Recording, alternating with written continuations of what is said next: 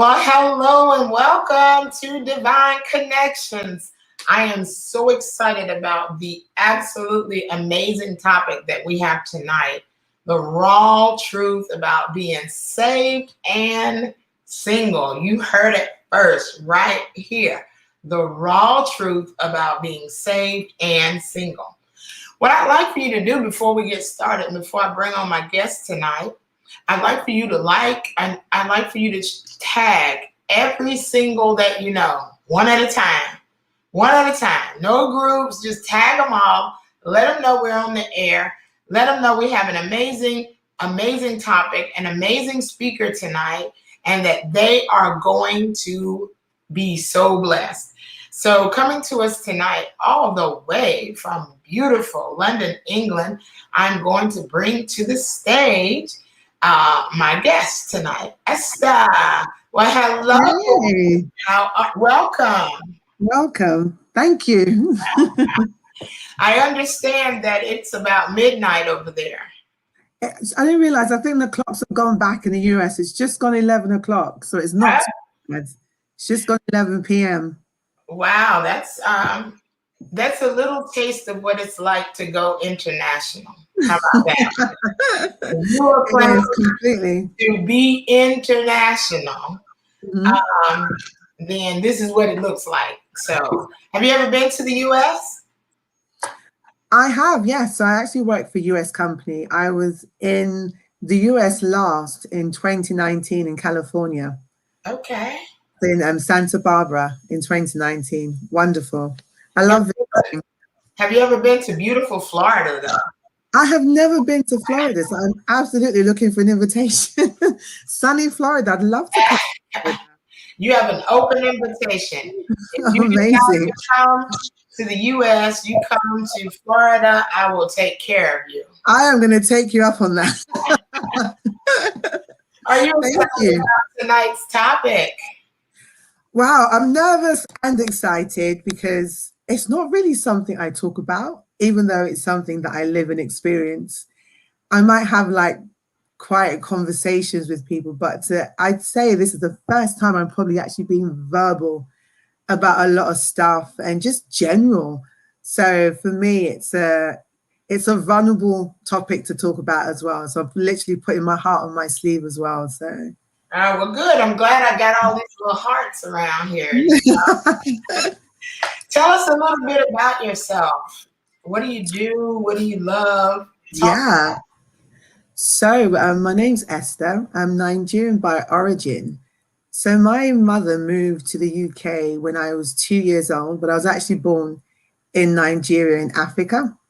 And a long story short, she literally got a word from God that, she'd moved to the UK once her youngest, myself, started speaking. So I said to mum, oh, London. My mum was like, what does a 2 year old know about moving to London? So just literally on that word, Wow. moved over to the UK. I got saved here when I was about 16 years old, pretty much raised in church my whole life. Joined the choir when I was 10, had an encounter with God at 16. And Wow. literally, yeah, just been in church since then in different capacities, leading worship, running youth ministry, and finally found myself pastoring at this age. So it's just been a journey. Yeah, it's been a journey with God. It's had its ups and downs, and so it's been an interesting journey. Wow, that is amazing. That has been a journey. So, listening to just a little bit of your story, I recognize that you've never been married before, right? Never know. Yeah. Have you ever been close? Um, yes and no. So somebody wanted to marry me, and I didn't want to marry them. So I wouldn't really call it close. I wouldn't call it because we were never really in a relationship. It was just a guy that chased me for a long time, and he was like, "I'm going to marry you. I'm going to marry you." I was quite young at the time. I was like, "Oh, I was like, I'm not interested in marrying this guy." And my friends and I joked that if we knew that it would take this long for me to get married, I would have married. I think his name was Austin or something. I'd have married Austin at 25. Wow. No That's regrets in that aspect. So yeah, it's been interesting. Well, let's talk about your journey, your single journey. We've heard a little bit about your journey from, Nigeria to the UK. But a lot of people that are watching now and will watch later on, they want to hear the raw truth. They want to hear what other people are not saying. And I'm assuming since you agreed to talk about this, you're ready to share. So let's talk about your journey. So for me, growing up in church, I was in the choir, and I used to sing outside of church as a backing vocalist as well. So I sang for a lot of pop artists in the UK, graced a lot of platforms just as a backing singer. And this was in my younger days when I'd say I was going to church, but I didn't really have a relationship of some sort with God. 16 to 18. So for me, it was a time in my life where I was working as a singer part-time. I was in school, I was in church. Funny thing, relationships for me was never something that I pursued because I was just so focused on being a musician for a long time. And I don't know if it's one of my mentors always say that when the devil fell out of heaven, he fell into the music department. Okay. Yeah, so it's just ridiculous. So, it was just, I've been in music my whole life, traveling with bands and that kind of thing. I wouldn't really say that I got into a serious relationship until I was at least about 25, 26. And I think at that time, I felt it was because it was just expected of me. I've never had this urgency to be married. I think I'm one of the exception for a few people. But culturally, family-wise, it's what you do. But I think I was just so driven to serve God from a very young age. And a lot of the times, like, oh, are you not going to get married? You're not thinking about guys. And like, no, I wasn't. I just never had, guys would ask me out and I'd go on dates and stuff, but I just never had this urgency that I need to be married. So I think I dated under pressure. I dated under expectation. The one person that I actually genuinely liked, I'd never said that I fell madly in love with him, but I really liked this guy. I think I was about 28. And the Lord just said, no, I don't want you to marry this guy. God just said, this isn't the guy that I have for you. And then someone else prophesied to me that by the time you're 32, you're going to be married. And that age came and went. So, so it's just been a lot of near misses. This is going to happen. But for me personally, as a person, I never traced it. And then people are like, well, what's happened to the time? And like now I'm looking back, that have I made a mistake? Should I have just married somebody for the sake of it? So I just felt I dealt with more of the pressure and the expectation as a woman, and not just for my family, but my community. Like, something is wrong with me if I didn't desire to be married, or something was wrong with me if, it wasn't something that I'm pursuing. But in the same breath saying that, there's always this overwhelming thing. Every time I think between the age of 28 to about 37, I cried for every birthday. I think on my birthday, I'd wake up crying my eyes out. God, I'm not married, I don't have kids, something's wrong with me, as the years rolled by. But it was a paradox, because it was almost I was battling, this is what should be happening in my life. But at the same time, there was a sense of fulfillment, and I was busy. So I was just torn completely. And I didn't just want to marry somebody for the sake of, oh, go and get married. All my aunties, they've tried to hook me up with every single person I could possibly conceive of. My mom tried to hook me up. All my friends tried to hook me up. Like, this isn't working for me. Like, I just feel it was just a lot of pressure. And I think I just got to the point where I said, God, if this thing's going to happen for me, it's going to happen for me. If it's not, it's not. I'm going to take the pressure off myself. So that's been the bulk of my journey. There are some, maybe as the questions go on, you'll trigger off some things. It's been well over 20 something years. So I'm sure there's days or times, there's incidences that I'll be able to trigger off in my mind that has happened. So yeah, I'm looking forward to sharing a bit more with you. loved ones or people would ask you, why are you not married yet? Did that contribute to some emotions that you may have experienced as a young single? Definitely more so in my 20s. I remember when I moved to a new church a few years back and I joined the choir, and they do this thing where they kind of on your first day they put you on the spot and they ask questions about you. You know, ladies, men will ask questions about work, your job, what are you doing? Women are like, why are you not married? Where are your children? Right on the spot. I was like, I didn't know what to say. Like they ask you like you should have an answer. Like you don't pick up a husband from a department store. You're not shelves. Like it's not a case. It's like you walk into a store, I'll have that, I'll have that, I'll have that. So, you know, it's when other people remind me that I'm not married and I don't have children, then I suddenly look at myself and think there's something wrong, because I get asked all the time. It's like a consistent question. You know, it's like this thing that's just, you carry this thing on your head. Like, I'm not, and I said, God, what is wrong with me? Like, what is up? What's going on with that? So yeah, I definitely feel pressure. I definitely feel that, you know, but I've learned to deal with it now. I've definitely learned to deal with it. You know, as you're talking and you're so very young, thank God for being young. I think about here in America States, we have Dr. Cindy Trim, who did not marry until she was 60. Mm. And at first, I used to wonder, wow, I know, I mean, she's ministered for me on different events, Mm-hmm. maybe 3 or 4 times. And each time, you know, I would experience, you know, the anointing that she has on her life. And then I had to recognize, you know, she's doing this all alone. But she accomplished so many things as a single woman. You know, she became a Christian single woman millionaire, business, Absolutely. major conferences, you know, and I got to see this up close and personal because I got to, you know her when she was younger in ministry. But when I look at her life now and the person that God prepared for her, I see a different dynamic than I do in a lot of cases when people say, okay, you know, this is my husband, the Lord says this is him, or I say this is him, or whatever. But when God have complimented 2 people so much in purpose, and they have matured to the point to where they recognize, hey, this truly is for life.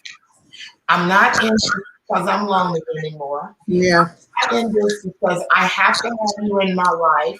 But there's a greater dynamic going on. This is for the kingdom of God. There's some process in the 2 of us coming together, and it had to be at this particular time. You know, so my perspective definitely shifted as I saw her walk out her process and recognizing there's so many things that we can do as single people. You know, there, not to mention just picking up and travel. I mean, you can just go anywhere. You know, but again, I'm a little bit older, you're younger. And so one of the things we talked about earlier was individual journey. So I shared a little bit of the journey that I saw with Dr. Cindy Trim from the outside looking in, and how that relates to where I am in my life right now. What about your perspective right now about marriage? It's funny because my perspective on marriage, I have 2 perspectives. I have God's view. And when Paul advises, I think it's in 1 Corinthians, that, you know, if you're unmarried when you were saved, stay unmarried. He'd prefer if everyone were like him. And I have the perspective that, you know, you don't need to be married to do ministry. You don't need to be married to fulfill your purpose. Marriage is not the core thing that you need. So I have the perspective that it's okay for people in the body of Christ to not be married. And I think the pressure and the expectation growing up in church is No one ever prepares you to be single because they're always telling you you're going to get married. No one ever prepares you to say that, you might not get married or you might not have children. No one ever says that to people. It's always like, yeah, God's going to do it. You're going to get married, you're going to have kids. So there's this expectation. Mm-hmm. This is what's going to happen for you and to you. So my views now is, as someone that's pastoring young people, I tell them to pursue God. And if it's a desire that they have, absolutely, that's fine. But it's not mandatory. It's not an absolute. And people shouldn't put themselves under pressure if they don't have that marital experience. If they don't have that. But in the same breath, I wish that some people would just go and get married. Wow, why would you say that? I think it's the type of person, and I've had this thing, you need to know who you are. You need to know who you are and the grace that you have. And I think some people living alone is a struggle for them, either sexually, they can't manage their life on their own. Mm-hmm. We all have God. I think people have different personality types, different kind of traits. They can't really manage life on their own in terms of they need to partner up. Where there's other people who are absolutely fine and put together, living by themselves, living alone, that marriage even messes up those people. And I think you need to find out who you are, what kind of a person you are, and be open to whatever God says to you. So, God might say to you, this thing really isn't for you, but you want it because we feel that it's it's like a common thing. Like we grow up expecting this thing to happen to us. So I'm neither for or against. I'm just a do you kind of person when it comes to relationships. Well, to be absolutely honest with you, when I was younger, it was definitely a bigger struggle. It was not necessarily for all the reasons that one might think. But when you think about your history, your background, all of those things play a factor in why some people just are not doing well alone. And they're definitely not doing well in the middle of this pandemic and all of the isolation. I was in Europe during the pandemic, and your shutdown is vastly different from what we experienced in America. Our shutdown was, okay, we just couldn't go to Europe or something, but we could go. Wow. We could go everywhere else. We're still on lockdown now. We've been on lockdown for good 3 or 4 months now straight. You're still on lockdown? We're still on lockdown. All our stores are still closed. The only thing that's open is like the grocery store, like the supermarkets. You can't walk into a clothes shop.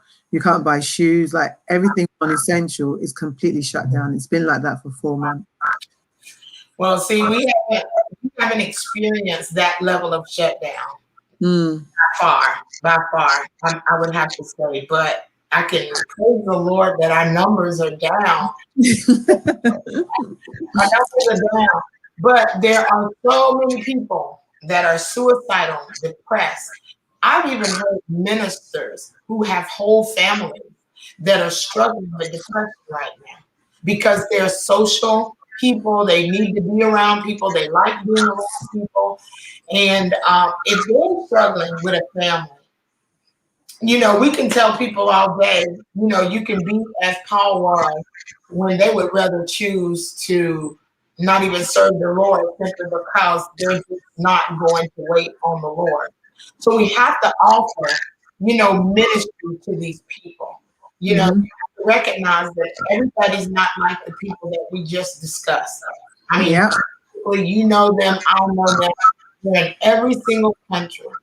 And dealing with the severe isolation has had a lot of mental repercussions, maybe more so in other places than in America, but I'm here in our country as well.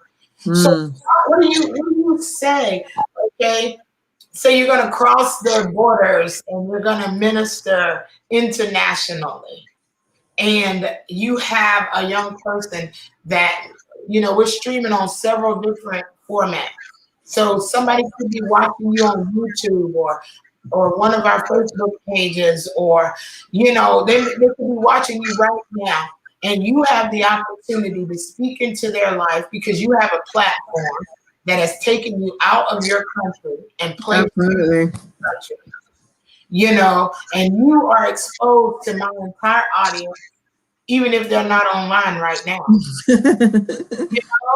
And that's huge, because sometimes I go back and look at YouTube and I have 16,000 views of something I didn't check on because I'm using this format here, right? Mm-hmm. So you have the opportunity to minister to that young person, that older person, oh my God, and older people that are just suffering from loneliness. What would you say to them? First thing I'll say is to be intentional. I think loneliness is not an isolated absence of people. Right. Be with people and still be lonely. Exactly. There's an internal thing about you have a relationship with God and you have a relationship with yourself. And if you cannot spend time alone with yourself, even for an hour or so. That's good. Yeah. So you need to check that. I don't want to use the word of dysfunctionality, but something's not right, because you need to have a healthy relationship with yourself before you can have a healthy relationship with others. I can go days without talking to people, but that's just me. So yeah. I could be locked up in the house for a week and I'm absolutely fine. My mom's like, you haven't called me for 2 weeks, and she knows that I'm fine because her daughter's busy living life, spending time alone, because I'm used to it. I have a healthy relationship with myself that I choose to extend to people, that I choose that, oh, actually, I want to hang out with my friends. Never be in a position where you need people. You cannot be someone that needs people. It's great, and it's not good for man to be alone. The only person you should ever need is God. Relationships, friendships are a choice. So you choose your friends. And if you get to the point where you are extremely lonely, be intentional. Have friends that you can call. Don't sit at home alone and with, as I say, misery likes company, and you're feeling sorry for yourself. No one's called me. Have people that you reach out to. If you go to a church, get involved. Be a part of a ministry. Serve, because that's how you make friends. I'm in the choir. I have 1 million people that want to hang out with me. I'm like, guys, I'm busy. I want to be alone. People, what are we doing? I'm like, I'm on my own. I'm spending my time alone. But you have to know yourself. And the first place to start is you need a healthy relationship with yourself. Why do you feel the need to have somebody? What is missing from you? You are a whole person all by yourself. Exactly. You have everything you need to make yourself happy. God will give you the joy, but everything that you do, your hobbies, your things, you should find happiness from them. And then you're extending it to other people. But I think the first thing you definitely need to find out is, what is it, this longing loneliness? Because I have a friend who's been married, but there was times where she's lonely in her marriage. Wow. Because she can't. There's been times where she said to me, it's a lonely experience because my husband does this. I don't really get involved in some of the things that he does. So a lot of the times the counseling that I'm having with my young married friend is like, well, I'm just a mom. I just take care of the kids. We don't really talk. He has different interests, but it was expected. Let's get married and have children, have a family. She said, one time said, I would definitely wait, and it was almost like, oh, I envy you. I'm like, you envy me? I'm envying you because I'm supposed to be married. Oh, that's amazing. You said something really powerful. People learning to enjoy the company of themselves. I'd like to go back and clarify some things. Like, I'm not the personality type that's going to sit in my house for a week and never talk to anybody. I give you kudos for that one.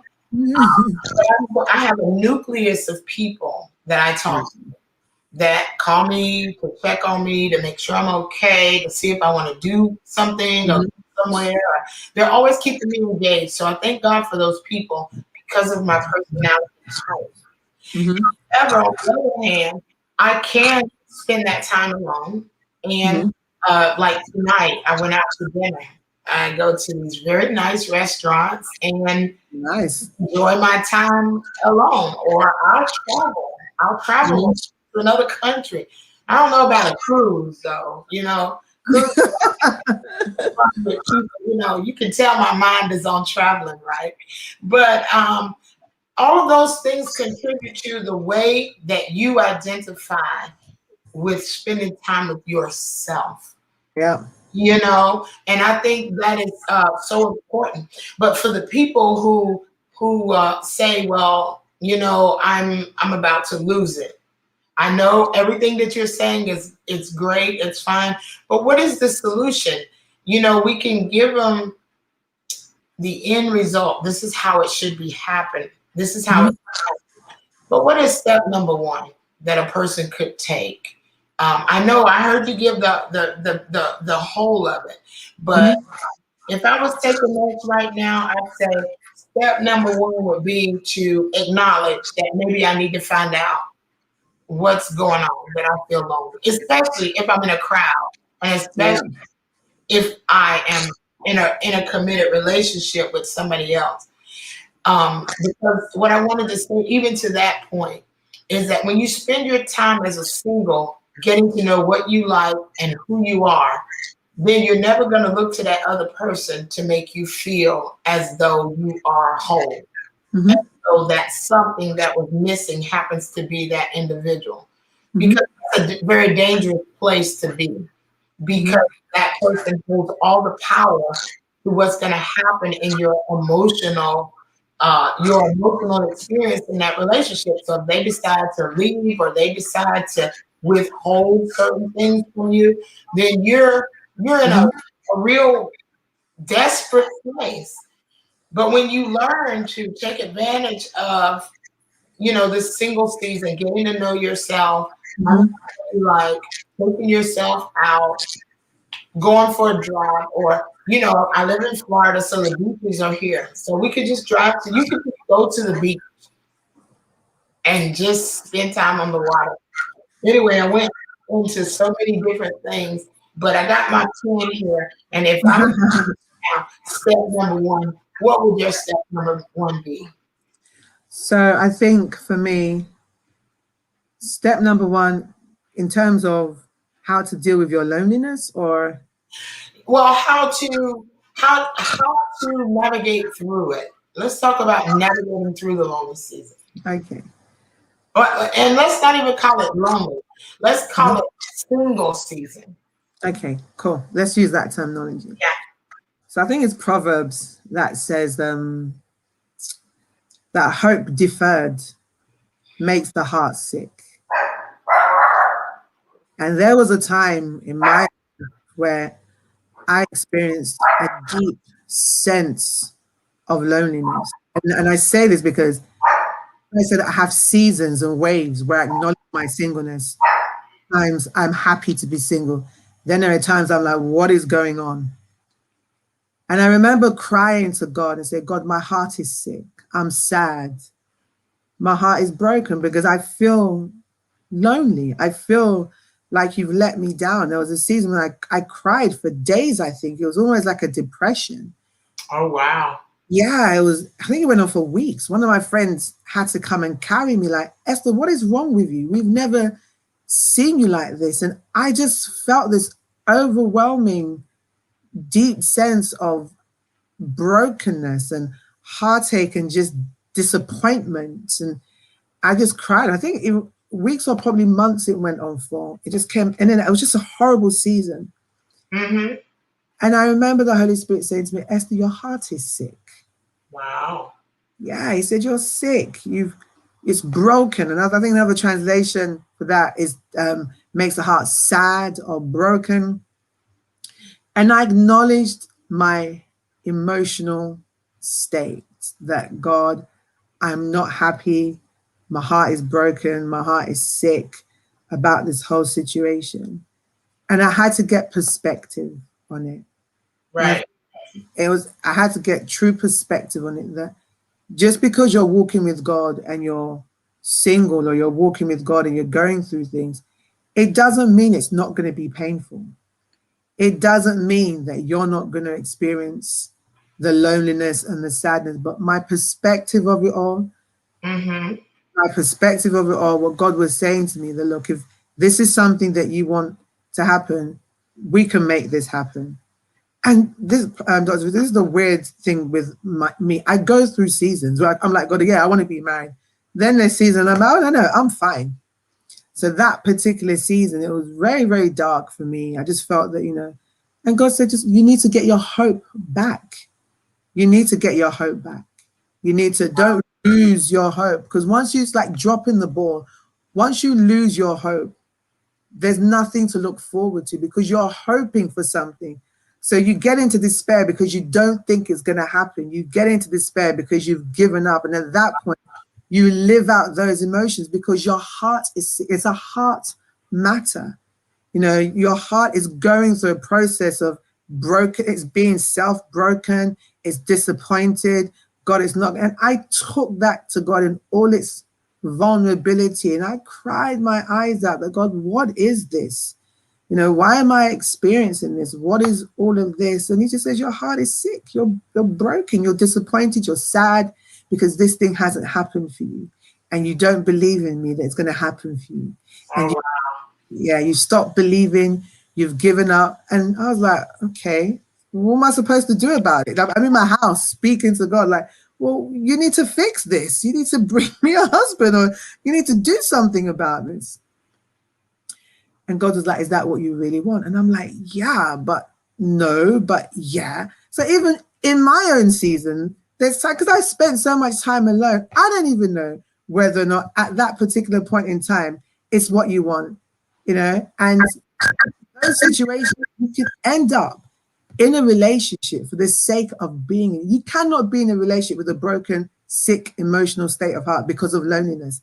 That is never a reason to just you someone in that state. You need to be in a relationship in your strength, when you know who you are, when you're whole, when you're comfortable, when you're fine, because you're not dependent. So I think for me, the step one is to definitely recognize where you are emotionally and with God. Do you still believe God, or do you don't believe, or you're not in a state of believing God? Are you in a place of faith where you are fine because you know that you are trusting God for every season of your life? It may not happen in the season that you want it to happen to, but don't lose your hope and allow your heart to get sick. You need to watch that at all times. Whatever it is that you're hoping for, be anxious for nothing, the Bible says. Don't be anxious about it. And when it starts to take over your life, you're getting sick, you're getting depressed, you're getting lonely, I'm not married, this, that, and the other. There's an issue, there's an anxiousness, there's a lack of faith in that situation. And you walking into a relationship with that state of mind, you're more than likely just to kind of end up with the wrong person, because now it's just to fill a blank, to fill a void, to tick a box, to get over shame. Let me ask you this question. Do you believe that it's the will of God for you to marry? Do you know? I do believe it is. I do believe it's the will of God for me to get married. So what would be some attributes of the person that you believe God has for you? Two things I've always said. He has to love God. That's a given. Oh yeah, without any compromise there. Love God and just be hard work. I'm actually a very easygoing person. You love God and you work hard and be driven, because I'm an extremely driven person. So you love God and you be driven, you work hard, you have a passion.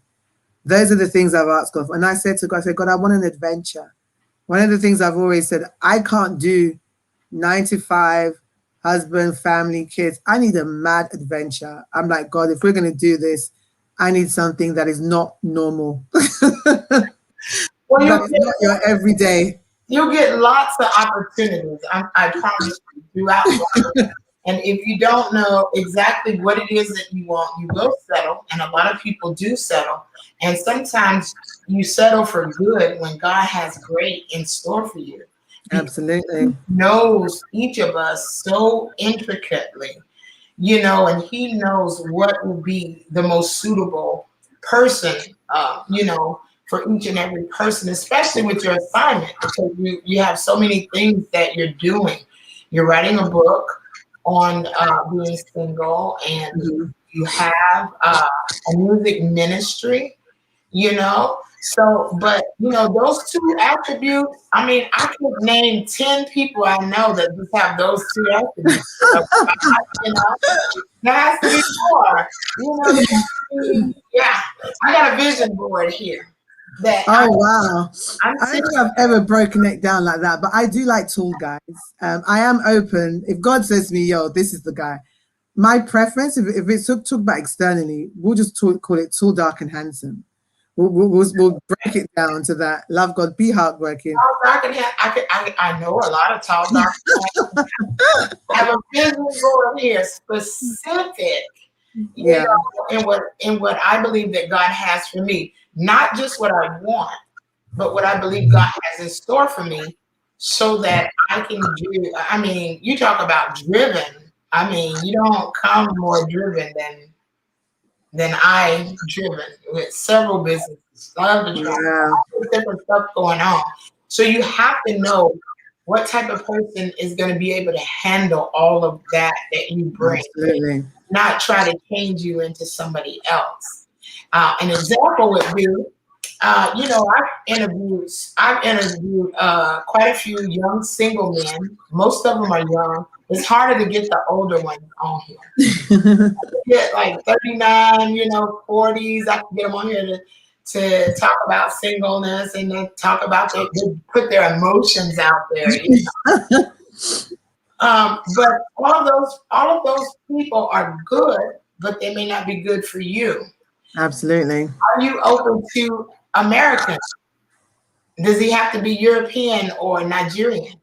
Because there's a big cultural difference you have to consider. I think definitely culturally, it's always easier to marry someone within your culture. And I think as you get older, I think when you're younger, you're open to, you're more flexible. I think as an older, mature single, I think when you know yourself, you're actually less tolerant of a lot more things.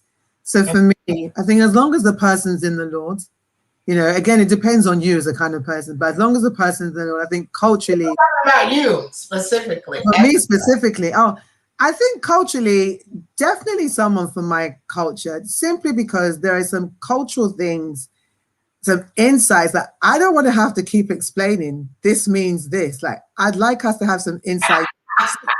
Like, there's things that you would understand. What you just said, whatever God has for you. Absolutely. So there's a part of you that's closed then. Yes and no. I'm not close to the point where God can't speak to me. Do you understand? God might bring me an Italian guy. I mean, the angel would have to descend. For Italian? Yeah, like as in God would have to tell me, but I'm not close to the point where God can't speak to my heart for me to kind of date outside what I think is what I want. So for me, definitely culturally, I'd prefer someone from my own cultural background, just because I think it's easier. We have our dialect, local language that, there is some nuances and just some things that you wouldn't want to have to explain to someone else all the time and having to, oh, this means this is this is that.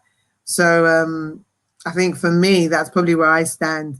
And especially now, as I'm getting older, I'm thinking, Lord, if I'm going to get married, then I just need to make it as simple as possible. Like, I'm not, Funny. That's funny. So you just disqualified all the Americans. Okay, we get it. Okay, that's perfectly okay. Preference matters. Preference will also attract, or will always also push away. So but it's good to know that. Anytime somebody come on here, I always give them the opportunity to talk about, if you had preferences, what are those preferences, and are you open? Because in my world, I know so many singles. I'm always trying to introduce somebody to somebody, because I just believe people want to be in a relationship. They should meet people, Definitely. But sometimes that backfires. I know a time or two that I just should have stayed out of it and not. You know, do you know the weirdest thing, Doctor, is that compatibility is such a big thing, and that people just assume that people are like them. And you think because you think a certain way, you were raised a certain way, we often just assume that someone is going to be on the same wavelength as us. Really? And sometimes when you're having a relationship with someone from a distance, you guys might be able to have things in common, but the everyday, the intricacy and the intimacy of spending time with that person, watching how they think, who they are, you begin to see or understand, are we compatible in the way that we think, in the way that we do things, and culturally as well? Sometimes that can cause a rift in terms of compatibility, because you might have been raised in a family that does things a certain way. I'm not used to being raised like my family's very independent. We're close, but we're very independent. I think we get that from my mom. You know, while raising us, she raised us to be totally independent, to the point where we don't really rely on her. Like with my sisters and my brother, we can all go weeks without speaking, but the love is never gone. Do you understand? And we'll check in on each other, but we're not the kind of family that we are constantly, every week we get together, we do this. My mom's like, as long as you guys are okay, you go out and do what you want to do. You go out and live your life. You go out and explore the world. She's like the eagle that's through. The little eaglets out. Yeah, eaglets out. My mom's like, get out of here. You go and do. So we've always been like, okay. You know, so compatibility is a big thing. Don't just think to yourself, okay, I'm trying to hook up with someone.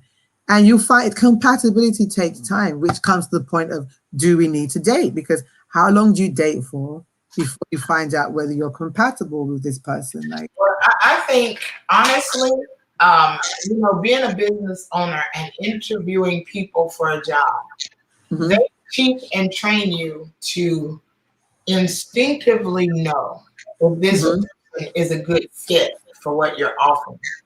Yeah. Conversation in and of itself can reveal a lot. Yeah, be an indicator. Yeah, and a lot of times you can just allow a person to talk about themselves, and then they'll say things like, you know, hey, I'm looking for somebody in my own culture. Well, Yeah. why do that if I know I'm not in their culture? If Yeah. that makes sense. So that would be a red flag. So you can't go around collecting red flags. You have to acknowledge, you know, this is probably not a good fit. This is probably a good choice. It doesn't matter what I want. At the end of the day, what's going to work? God knows what's best for me. And I guess I should fix that. It does matter what I want to a certain degree, but it doesn't matter that I want something that's not going to be good for me in the end, or any single person. Once you see that this person is compatible, listen at this, to your assignment, not necessarily to your comfortability.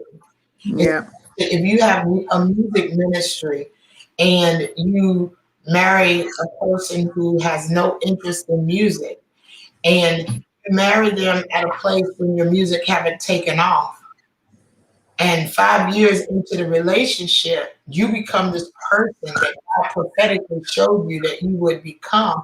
Yeah. Now you're connected to somebody who does not have the capacity. I know someone who's going through that right now. But they don't have the capacity, and you think, oh, I got to have this. No, what you have to have is the mind of God concerning the situation. And the Lord starts to show you, know, that you wanted. Let me show you why I didn't give that to you. Yeah. You will be so happy with being single a year or two longer than you would be if you go ahead and settle. Because in 5 years, you're going to take off. You're going to hit the world. You're going to be in Ghana, in Africa. I mean, Ghana is Africa.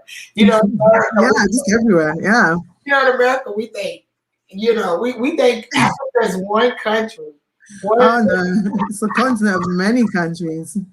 Yeah, so you're gonna be in Kenya and Nigeria, and you're gonna be in Ghana, you're gonna be in Scotland. You know, the demand for what you carry, the earth He's going to make room for you. And when that happens, you've been on your honeymoon for 3 years. The honeymoon is over. Now it's time. Let's get down to business. Let's do life. Yeah, let's do life. This is what I called the two of you there to do. So that's important, especially when you're called into ministry. That is something you got to look beyond compatibility. With everything has to be Adam and Eve, they were suitable. She was an aid comparable. Yeah. She was an aid of the same kind. She fit his life assignment. And the thing that I always pray as a more mature in age single is if Adam looks at Eve and he identifies we're related, there's something inside of you. I like to say it like this: you are the feminine expression of who I am in the earth. Yeah. We're so connected and so suitable for each other, so complementary to each other, that regardless of what you do, you're going to flourish because you're under my covering. Yeah. Ooh, that was good. I think I'll write. Powerful. So rewind this, write that all down. Yeah, I was like, hey, I just got a book publishing deal, right?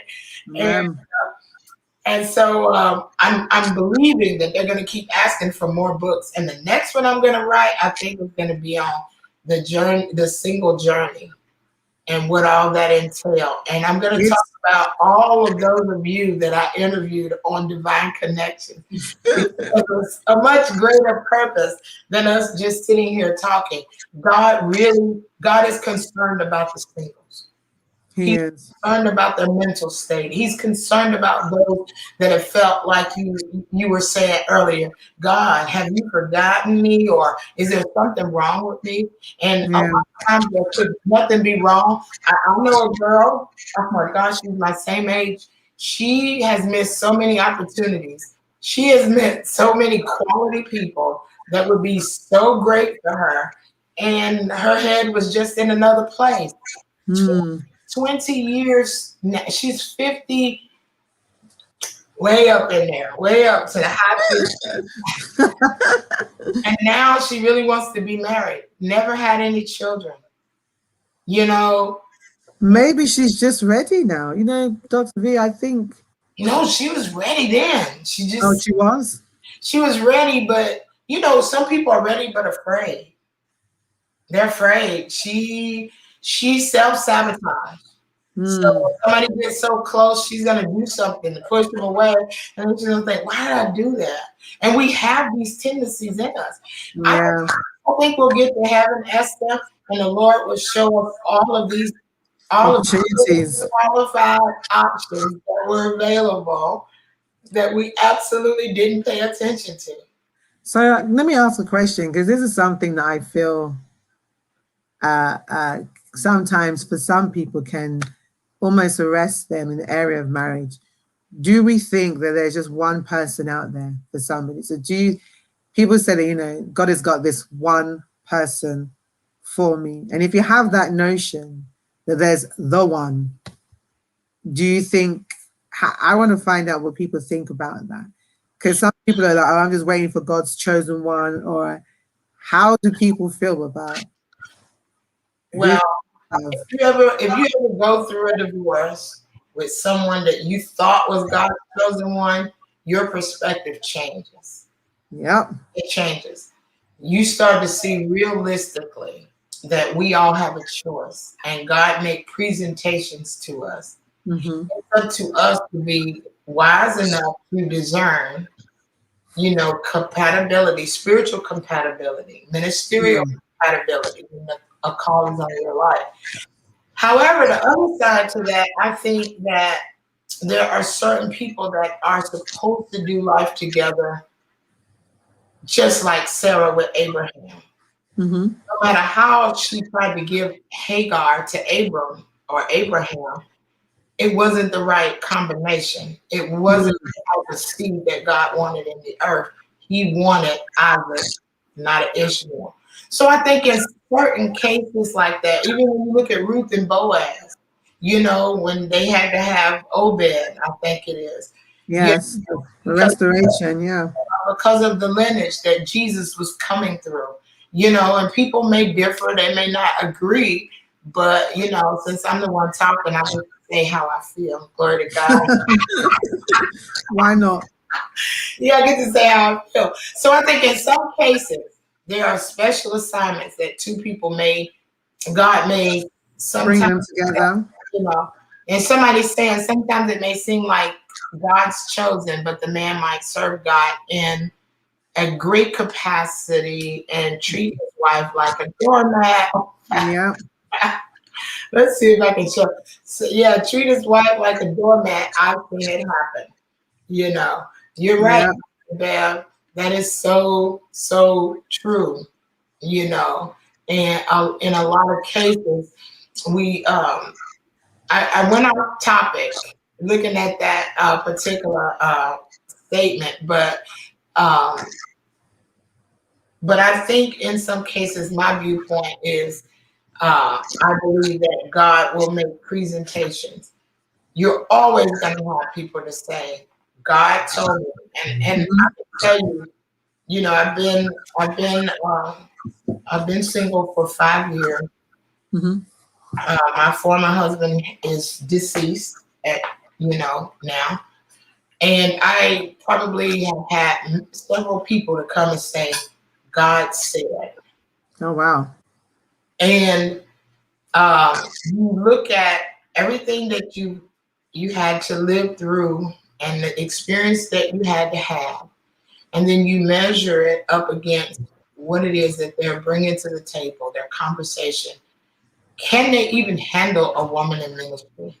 That I look and I think you could not even. You don't even know what you're asking for. You don't even know the warfare that's about to come into your life.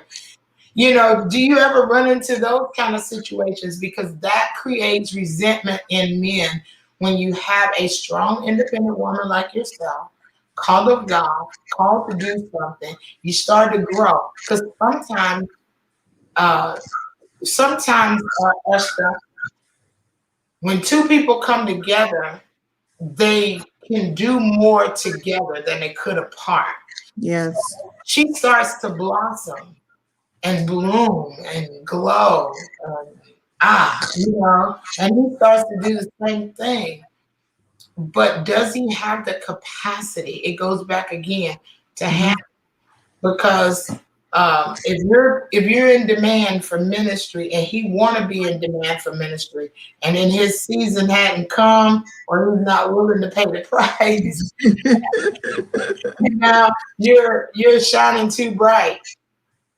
I see Dr. Bev says she's seen that before, and I heard you say you've seen that before. Yeah. And that's another thing that you really have to look at. Does he clap when you're winning? Yeah. Does he support what you're doing? Does he always have to be the one at the forefront, or is he happy to say, I'm with a woman that I can celebrate, that God has lifted up, and that doesn't take away from me as a man? And I feel that one of the things Adam's assignment was to cultivate his wife, was to bring out the best in her, because she is his crown, or he's her crown. So exactly, if your wife is being celebrated, that is kudos to you, because people will say, who's your man? Who's your husband? They will compliment you. Your wife is amazing. That is a glory that you have. It's like a proud mother who has a child that's like the number one in the sports team or something. It is a glory that God has given you. Like, you get to boast. That's my wife. That's my husband. You get to be that person, the cheerleader, the one that, that everyone attributes that back to you. But if you don't have that perspective, if you think that your wife being great diminishes from you, then it's an internal insecurity. It's an insecurity. Unfortunately, they don't find out, Esther, until they're all in that covenant relationship. Yeah. The best way to discover that is by spending time with the individual and watch how they respond when you win. Oh, yeah, definitely. Even your friends. Even when you have friends, if they're not clapping for you when you win, and they only want you to clap for them when they win, or Mhm. you're always having to be the one to support. You Yeah. have to really evaluate, where is this really going to go? And is this a beneficial, mutual situation, where we're Absolutely. going to give, not just I have to give, and you just keep taking. And I think all of that is relative when you talk about choosing healthy people for your life. And that, go ahead. One of the things that I think about, so coming up in church, one of my mentors, God rest his soul, was Dr. Miles Monroe. Mhm. In my teen years, I sat under his ministry. He was very close friends with my pastor. So year after year, he'd come in and just pour into us. Like a good 5 or 6 years, he'd come to the UK, come and spend time with us one-to-one. And I was just young at the time. And he always just said, there's greatness in this room. God's lifting you all up. And there's times that he would come with his wife and they would talk about their marriage and they'll talk about the dynamics. And, she supports him. She's a mother. She had her own thing as well. And, it's this whole idea of expectation of the woman to be a homemaker. And I think about women in ministry now. I think about, if a minister has a wife who is not in ministry, like she's a homemaker, there's nothing wrong with either. I Exactly. think all of it. Some women are called, or they're comfortable rather, supporting their husband, raising their family, being a homemaker. But not every woman's like that. Other women have capacity. I can raise my family, I can be a homemaker, but I have a special call for ministry from God as well. And I think one of the challenges that I've always said to God, God, I want balance. I love God with all my heart. I pursue ministry passionately. I'm forever busy. I've got time for nobody, for nothing. I'm either in church, I'm either getting something ready. It's just ministry, church, and God. And I say, God, I want balance. I want to be able to be successful in balancing my family life when that comes, and also being driven and loving God. The Bible says that the single woman only thinks about serving the Lord. Her attention is not divided, it's not split. So, and then once you're married, you need to take some of that attention of God and honor your husband. Right. You need to kind of put him first in a way, and there'll be situations where serving God means serving him. Exactly. You're not going to just say, oh, I've got to serve God, my husband can wait. Your vows and your ministry is your marriage is part of serving God. That is part. Yeah. And I think that's an important point too. Even if you're called in the ministry, you have to understand your role in submission is strength under control. 100%. Where you recognize it, you do celebrate, you do build him up, and you make him the king of the castle, and he is the man, he's the one, ain't nobody better than this one right here. Yeah, this issue of submission, I don't understand why people have a problem with it. I see it as a safety net. I see like submission, and I think because the feminine movement has seeped into church so much. Oh yeah. Is that they've turned submission on his head like it's a derogatory thing. Like, don't let no man come and control you. I'm like, it's not about him controlling you.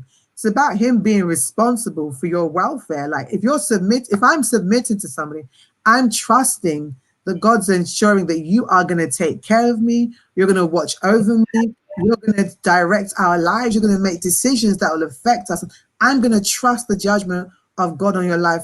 I don't need to take that responsibility. I'm going to trust you as to lead this thing. You don't have to take on that burden. You don't have to, and you don't need to fight it. Somebody said anything with two heads is a monster. Exactly. Somebody's got to say, hey, and we help. We make suggestions. We kind of drive some decisions and things that we might be more experienced in. And so, it's a full dynamic of submission, of partnership, of support, there's just so much at play, and you need to know at which point in time, what is at play here? Am I needed to support him more? Do I just need to let him just lead this thing? He's got this. Can I just step back? It's knowing those dynamics and the way that, the relationship is going and flowing, but that's marriage talk. We shouldn't be talking marriage talk. Tell me about it. Wow, Esther, time has gone. Wow. We're talking like old friends, you know. I know. You We're know. kindred spirits. So I'm like, it's already an hour. I didn't even get to half of my stuff on this paper. Let's go for some of it. I guess what we'll do is, why don't we conclude with a song for you? Oh, wow. Yeah. I'll share words. I'll share words.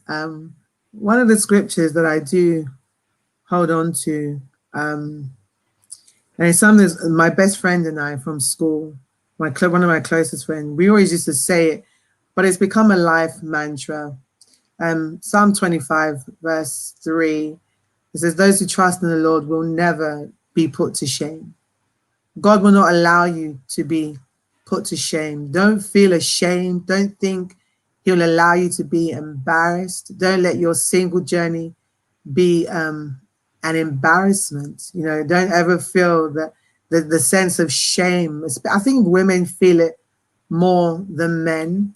You know, it's a bit weird. I say that a man can always go and marry like a 50-year-old guy, could always go and marry like a 25, 30-year-old. Like, nobody's going to say anything. You know, I'll be like, we might give him a little look, but it's like, whatever. You know, whereas, you know, a 50-year-old woman, she's not going to go and pick up a 25-year-old guy under quote unquote normal circumstances. You know, society doesn't necessarily accept that.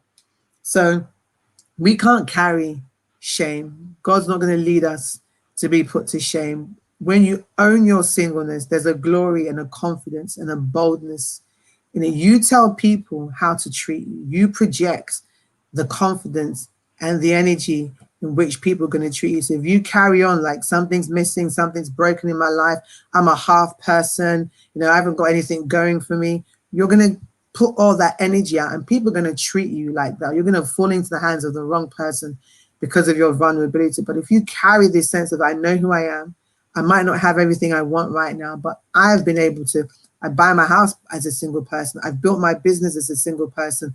I'm doing so. You can list off the things that God has helped you to do without having another person. So now the choice is companionship. I'm sharing my strength with somebody else, you know, and I'm inviting you to be a part of my amazing world. And I want to be a part of yours. And if all that fails, the song that I'll probably minister to is Travis, that says He makes a way. I'll just sing a chorus. You made a way when our backs was against the wall and it looked as if it was over, and you made a way. And I'm standing here only because you made a way. Wow. Yeah, and He will absolutely make a way. Don't give up, don't give in. You know, if it's marriage that you desire, God will give it to you, but do not let your trust. It's a cursed is the person who trusts in man. It's better to put the trust in the Lord than to put trust in man. But even if you get married, your husband will disappoint you, your boyfriend will disappoint you. You're gonna have issues. So do not put your hope in a relationship. Keep your hope in God while you're waiting for a relationship. He will make a way when He feels that you are ready for that thing and it's not going to destroy you or you're not going to destroy it. You know, have a real connection. I think, and I felt like the Lord is saying there's a lot of people in the body who are immature in me. I hear God say that you want things that you can't handle. And God is saying half the time I don't give you these things because you cannot handle it. You think you want it, but He's protecting us from a lot of people being protected from something that will make them lose their minds. And there are other people who have gone through relationships that have been attacked by the enemy. We've got to remember, we do not wrestle against flesh and blood. You know, so even our relationships are subject to vulnerability as well. The enemy doesn't hands off our relationships as well. So God says, you know, I hear Him saying a lot of times that understand the season that you're in. He will bring us, and I feel, you know, He will bring us to a new season and a new time, but He's going to mature you, genuinely mature you. Don't prematurely get into a relationship that you are not ready for. that you cannot handle. It will absolutely destroy your identity, your destiny. You become a slave to that relationship. Do not let marriage become an idol in your life, because it's something you think about and pursue more than God. You want the relationship more than you want God. It's an idol. It becomes an idol, and getting that balance, right? Having a desire without it consuming your life, without you turning on God because of this thing. And this, I feel the church is partly to blame, because we never really prepared people to handle their single life. It's only later in retrospect that we speak back on it and say, oh, when you get older and you've gone through it and you're going through the motions, you're going through the depression, that's when someone starts to speak to you. I tell my young people from now, you might not get married before you're 30, and that is absolutely okay. If God does it and it's open to something that happens to you, not all of you are going to get married before you're 40. Some of you might not, some of you might go through the trial of not having children. And it's happened. Some of my young people that have been married, they've had difficulty conceiving. They're going through miscarriages, they've been unable to conceive, and they're going through all these challenges. But I've prepped them that these things happen in life, even to good, God-fearing, wonderful people who call upon the name of the Lord. It doesn't mean that God's not with you. It doesn't mean that we are exempt from these things. You just got to understand that sometimes God will allow us to go through things, one, for ourselves, and two, for other people. And this marriage issue has really messed up a lot of people. Like, people are depressed about it. They can't see value outside of them being married. You are 100% valuable alone. Do you understand? And I think that, you have to come to a point where you are partnering with God by choice for the next season. And I feel God will say, I want to take you to a season where I'm going to bring you someone into your life, and your relationship has to be purposeful. If you're getting married because you're lonely, that is not a reason. That's right. Because you are still going to be lonely. So you need to deal with that loneliness first and foremost. You need to take it to God and say, God, something is missing. There's an abandonment. I grew up without my dad for a long time. I don't know if I had daddy issues because I was busy, but I see it seep through my life in certain instances where I'd see other people with their dads and I'd be like, oh, I missed out on that. Oh, is that what it feels like to have a father figure? So I reconciled with my dad around the age of 33.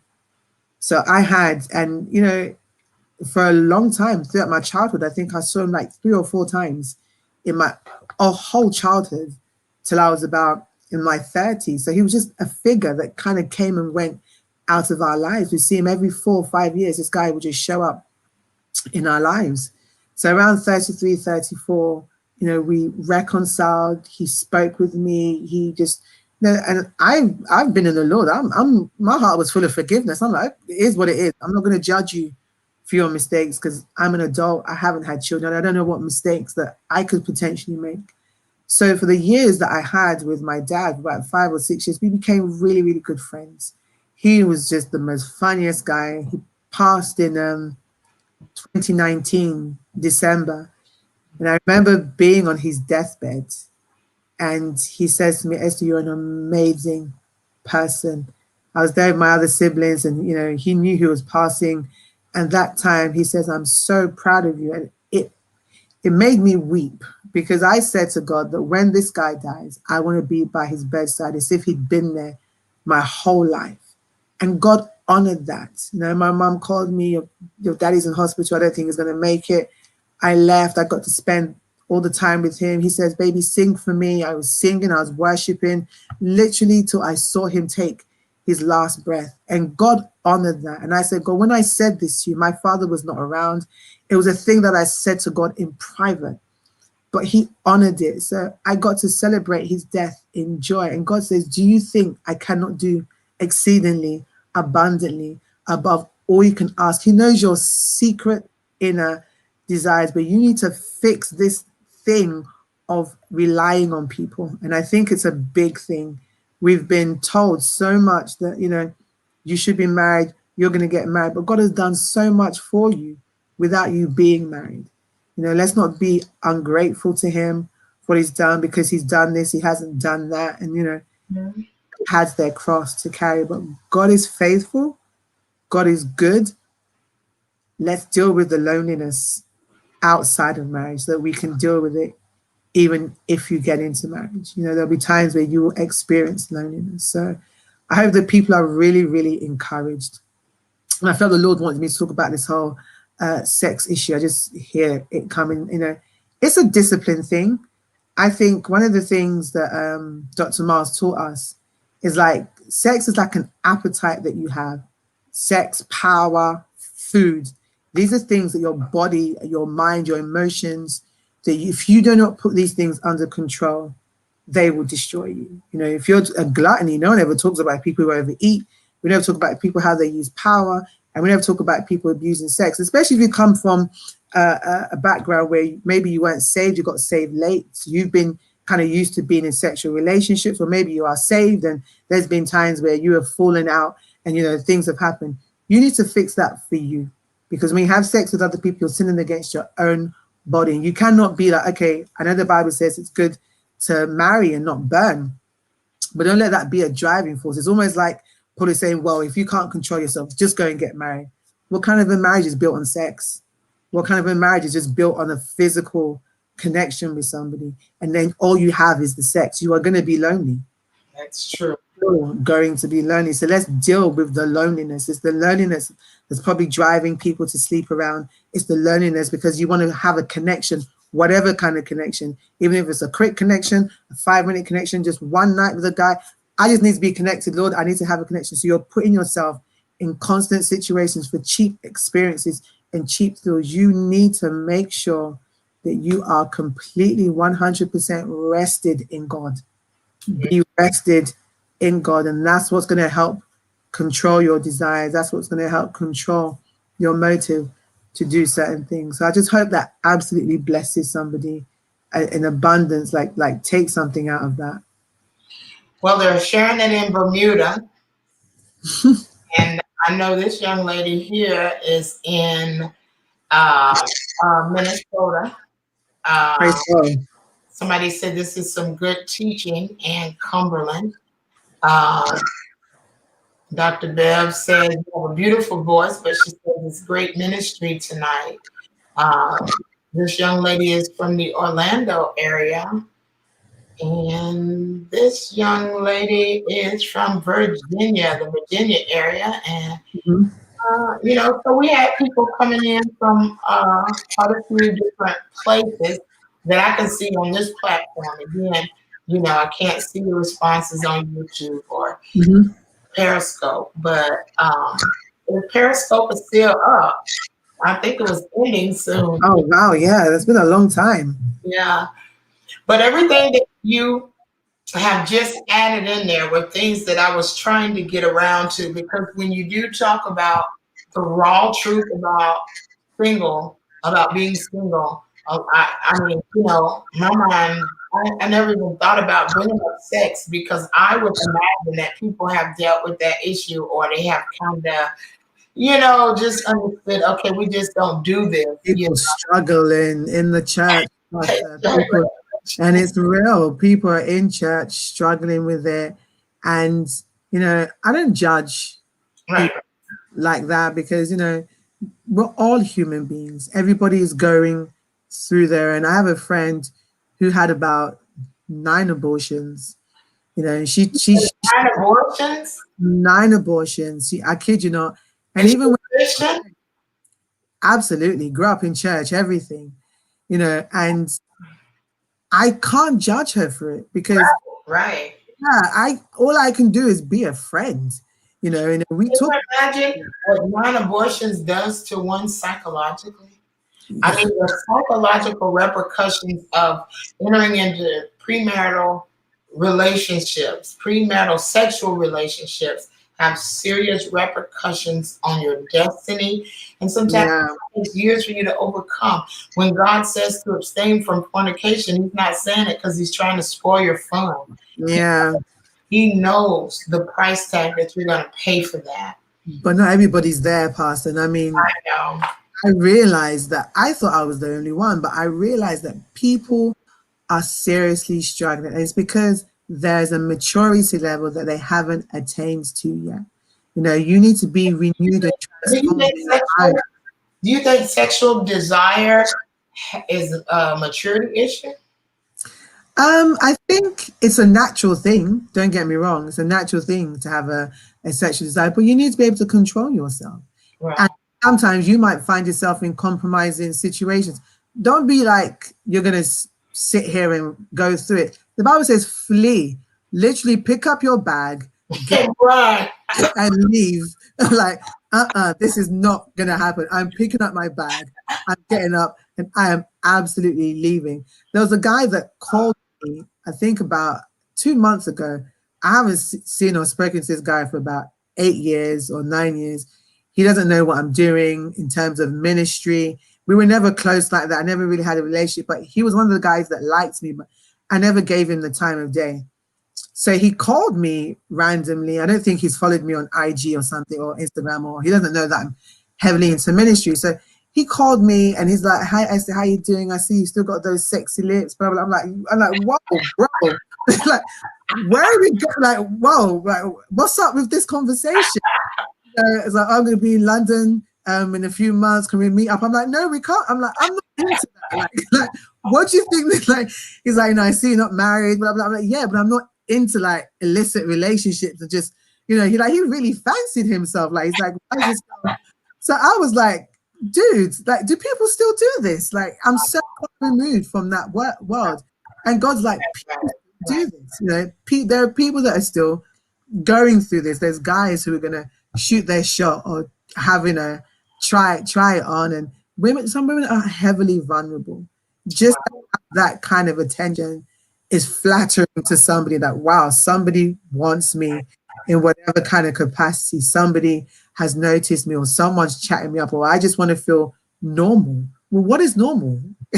You know, what does normal look like? We need to really rest in kingdom living. Amen. Worldly experiences as Christians. Amen. We're not understanding how to take these things to God. I take everything to God. If I want to cook a recipe and something, I say, "Lord Jesus, what do I need to put in it tastes good?" You know, we need to build up our faith. We'll get the ingredients and wish I'd have prayed about it first. It doesn't always work out though. You're following the recipe book. I don't need to cook anymore. I can eat one something or one piece of something. You know, life is so amazing when you are single, when it comes down to things like that. You know, I can just go eat. You know, you just have so much freedom. You can wake up at 5 o'clock in the morning, or you can wake up at 3 o'clock in the morning. You can get up at 3 o'clock in the morning. And if you run your own business like I do, you can go back to bed at 8 o'clock in the morning. Absolutely. Up at 10 o'clock in the morning. You know, single is freedom. It's so much freedom. And I know somebody's looking saying, you can have that freedom. I'll take the marriage, thank you. But we all want marriage, but we want it right. And we want it with the right person. We want it well. Wow. So this has been amazing. I've had an interesting time of learning from your perspective, engaging. And, you know, and I'm excited about your future. I believe that God has some really great things in store for you. I believe that the Lord will reward your faithfulness to him. And I believe God will make it all up to you, you know. And my point in bringing up Dr. Cindy Trimm is that every time you see her, the authentic joy on her face is that God has made it all beautiful in his time. You know, you're on talk shows, you're on the front of very prestigious magazines just to talk about getting married at 60. I know you don't want to wait till 60. Yeah. You can have 20, 30 years of total bliss versus 2 or 3 failed marriages, you know, arguing, somebody tearing you down, all because they can't handle who you are. Wow. You would have to really weigh that in the balance. Because when you look at it and you really start to think about all that God has in store for all of us, we all should just want the best. That's it. Amen. And so for those of you out there, you're watching and maybe there's something that we've said tonight. Maybe you'll watch it later on. You're like, I didn't catch it. I'm looking at the replay, but I really need prayer. Like, this is really a struggle. This is not a laughing situation. For me, this is really, really, really a struggle. We don't mean to minimize the struggle at all. We don't mean to, minimize this single journey. We want you to know definitely that we want to pray with you. You can inbox me, Esther. I don't think they had time to put up your contact information, but if you want to tell them how to find you on either Facebook, Instagram, or however. Yeah, sure. So all my social media accounts are official Esther. So literally, as my name is spelled, just put official on the front of that. You'll find me on Instagram. You'll find me on Facebook as official Esther, spelled ESTAH. Hit me up, inbox me. I'm happy to connect with people. And I'd love to share about my new book when it's ready that I'm putting together. I'm really looking forward to that. What's your new book called? It's called Surviving Single. Ooh, Surviving Single. Wow. May it become a bestseller in Jesus' name. Amen. I received that. Yes, receive it. Glory to God. Amen. Well, thank you so much for being such a blessing on tonight. I appreciate, and I really mean it. If you come to the United States, you can make a trip here. I got a whole house here. I got extra bedrooms. We're gonna make that happen. Once this pandemic's over, I get to travel. I'm going to Florida. Yes, come to Florida. I'm gonna show you the town. You will love. You're not gonna want to go back. You're not gonna want to go back. All the things they told you, all the terrible things they said about America is not true. And you're gonna go back and you're gonna say you're gonna have to go see it for yourself. And you got Dr. Victoria, because she's gonna show you a good time. I'm looking forward to that. Thank you again. God bless you. And to all of you tonight, again, I want you to tag somebody. I want you to like it. I want you to share. I want you to talk it up. Being single can be a really great thing. And hopefully, we'll be able to do a single cruise or a single conference. I've met so many people and interviewing about being single. So something powerful is going to happen when this pandemic is over, and we're just going to celebrate. So until next time, this is Dr. Victoria and my guest, Esther. We're going to be signing out and saying thank you and God bless you all. Love you all, guys. Stay blessed.